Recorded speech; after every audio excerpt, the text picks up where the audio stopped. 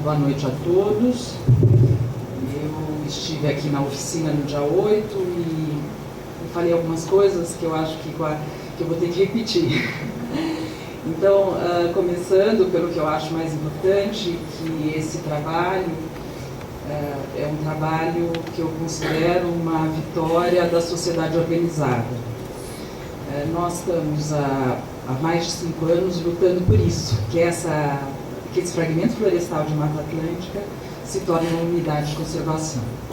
Ela já é tombada e já tem uma proteção, uma certa proteção. Mas a gente percebe que não é o suficiente pela importância desse fragmento para a região metropolitana de Campinas.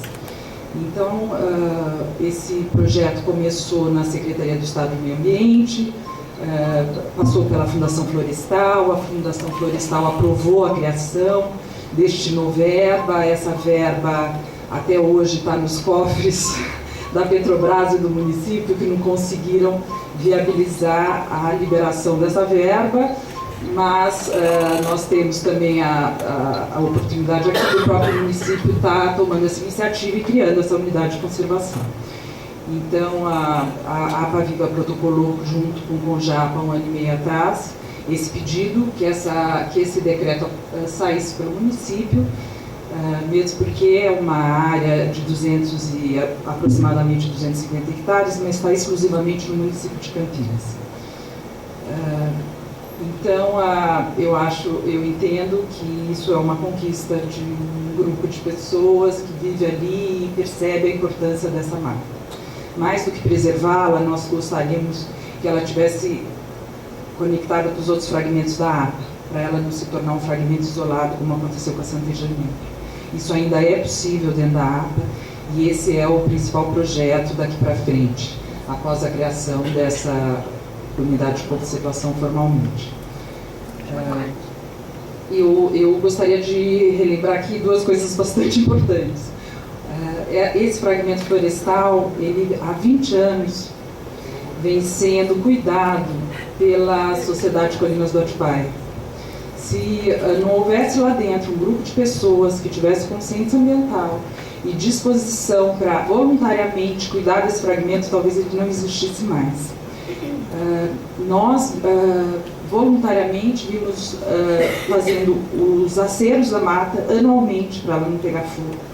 A gente já criou brigada de incêndio lá dentro, os nossos funcionários são preparados para apagar fogo. Eu mesmo já fui 2 vezes para a mata apagar fogo, de pessoas que soltam rojões, balões e etc. Até esse ano a Andréa fez uma contribuição que a gente distribuiu essa informação para todos os moradores da envoltória da mata, pedindo cuidados e critérios nessa época por causa do fogo. Então, não é à toa que essa mata está aí, porque houve um abandono de área por parte do proprietário e fomos nós que fizemos com que ela se mantivesse em pé e íntegra até agora. A gente pode ver aqui vários pesquisadores, a Eleonora, a Dionete, a Denise, que vão com frequência, ou foram, os seus alunos vão, na mata e sabem que é uma fonte de pesquisa maravilhosa e é isso que é a vocação dela e é o que ela deve se tornar. Paralelo a isso, a APA Viva foi uma ONG criada também com o objetivo de tomar conta desse fragmento, enquanto a gente não tivesse a organização necessária para que o poder público assumisse isso.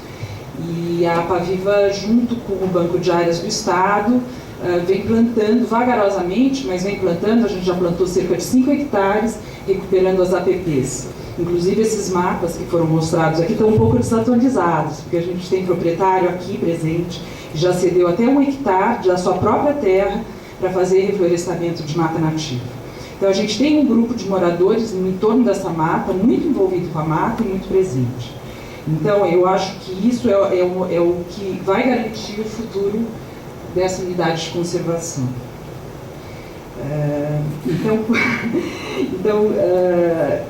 Eu queria falar uma coisa aqui que eu não estou conseguindo ler, que eu estou espera aí.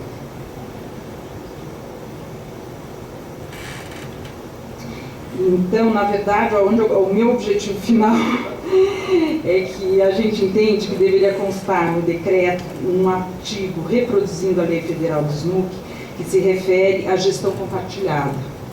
É o artigo 30 que fala que as unidades de conservação podem ser geridas por organização da sociedade civil de interesse público com objetivos afins dos da unidade, mediante instrumento a ser firmado com o órgão responsável por sua gestão.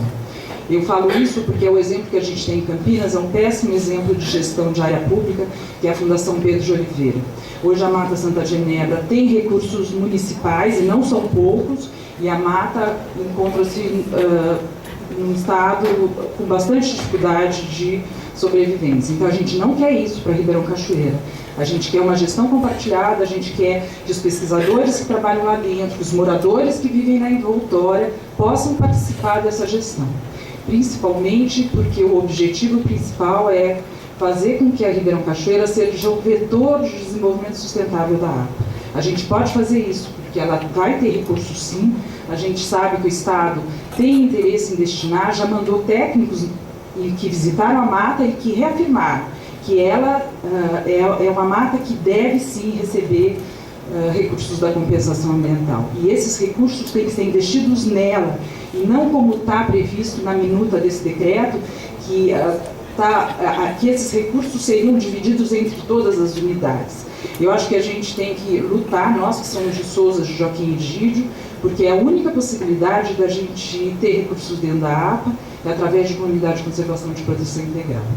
Então, eu gostaria de me manifestar nesse sentido, que houvesse a inclusão desse artigo do SNUC na minuta do decreto. Depois eu posso fazer isso oficialmente, não sei se é necessário ou se isso aqui basta, mas eu consulto a Secretaria. E um último ponto é que nós fomos, os moradores do Colina, surpreendidos com o que eu considero um erro no perímetro, no desenho do perímetro da mata. Esses mesmos moradores que cuidam da mata há 20 anos, que se dedicam voluntariamente a prestar esse serviço, disponibilizando seus próprios recursos para que haja cerco, para que haja brigada de incêndio e tal, esses mesmos moradores entendem que a gente deveria cumprir a lei do tombamento, que é respeitar a área envoltória da Mata Ribeirão Cachoeira. Nesse momento foram surpreendidos com uma linha que coloca a gente dentro da unidade, e não como a área envoltória, como nós já vínhamos nos comportando. Então, como dentro do caderno de subsídios a área é mantida como na do tombamento, que são 233 hectares, eu acho até que a própria mata é muito maior que isso, mas quando ele aumenta o perímetro, a área deveria aumentar também. Então, como ele não aumentou a área, a gente entende que esse perímetro é um perímetro suposto por mapas de satélite. A equipe, infelizmente, não esteve no local, que se estivesse, veria os limites físicos da mata, que é o próprio acero, que acabou de ser feito pela equipe do Colinas, tratores, funcionários, que ficam mais de um mês envolvidos nesse processo. E, então, eu entendo isso como um erro. Eu espero e convido os técnicos que prepararam esse caderno de subsídio que façam uma visita à mata, como outros muitos técnicos já fizeram, e marcaram com o GPS áreas. Nesse processo do banco de áreas, eu tenho participado da visita desses técnicos que preparam esses documentos. Eles vão lá com o GPS, marcam o que precisam marcar e tal. E isso não ocorreu com a equipe da Secretaria. Também não dá para entender como que uma coisa tão simples, que a gente está a 25 quilômetros daqui, não ocorreu. Então eu me manifesto nesse sentido, que eu gostaria que isso fosse conceptado, porque nós do Colina, somos sim a área envoltória da Ribeirão Cachoeira, mas nós não fazemos parte da mata Ribeirão Cachoeira. Obrigada. Agradecemos a